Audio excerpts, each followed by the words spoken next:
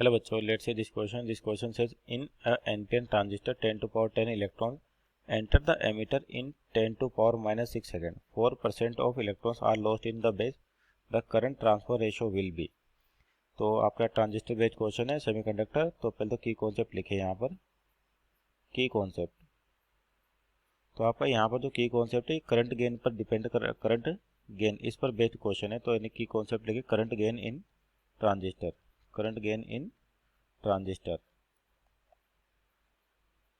अब यहाँ देखिए आपके पास के 10 टू पावर 10 इलेक्ट्रॉन्स हैं और कितने में 10 की पावर माइनस 6 सेकंड में एंटर करते हैं यानी कि एमिटर से। तो आपका जो इनपुट करंट है दे रखा है और 4% लोड आपके पास इलेक्ट्रॉन होते हैं बेस में। तो आपको ट्रांसफर रेशियो चाहिए कि beta output current upon input current. तो पहले तो इनपुट करंट निकाले अपन आई जो आपके पास होगा कितना कितने इलेक्ट्रॉन है 10 इंटू 10 टू पावर 10 इलेक्ट्रॉन है और एक इलेक्ट्रॉन का charge 1.6 into 10 to power minus 19।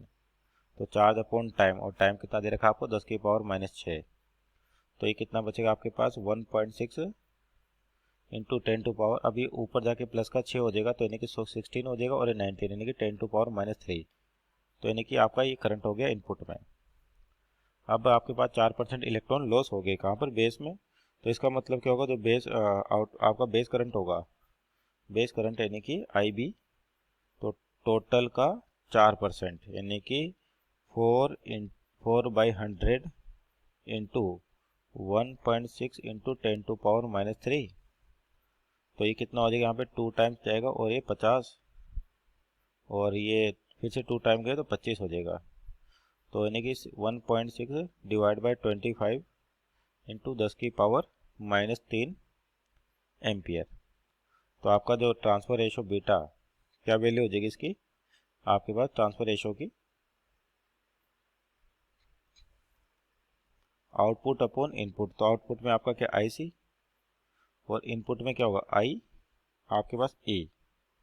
तो आई सी यानी कि कलेक्टर करंट की जो बात करें अपने पास तो कलेक्टर करंट कितना आएगा और कलेक्टर करंट की वैल्यू अपन यहाँ से आपको एमिटर करंट दे रखा है बेस करंट पता है। तो कलेक्टर करंट के लिए एक और रिलेशन होता है अपन उसको यूज़ करें कि आपके पास जो कलेक्टर करंट होता है एमिटर यानी कि जो एमिटर करंट होगा यानी कि एमिटर से जो करंट आएगा वही बेस में जाएगा और उसका ही कुछ पार्ट किस में जाएगा कलेक्टर में जाएगा आपके पास।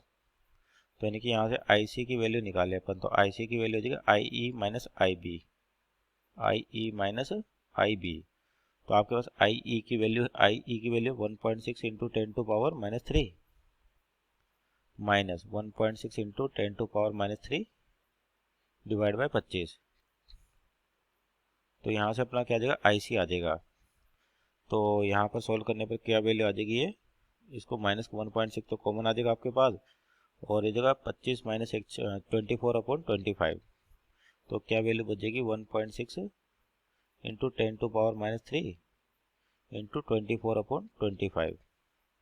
तो इसको यहाँ पर यूज़ करें ट्रांसफर रेशो में तो आपके पास क्या रिजल्ट आ जाएगा यहाँ पर वैल्यूज रखें। तो आई सी की वैल्यू कितनी 1.6 into 10 to power minus 3 into 24/25 divide by I E कितना 1.6 इंटू 10 टू पावर माइनस 3।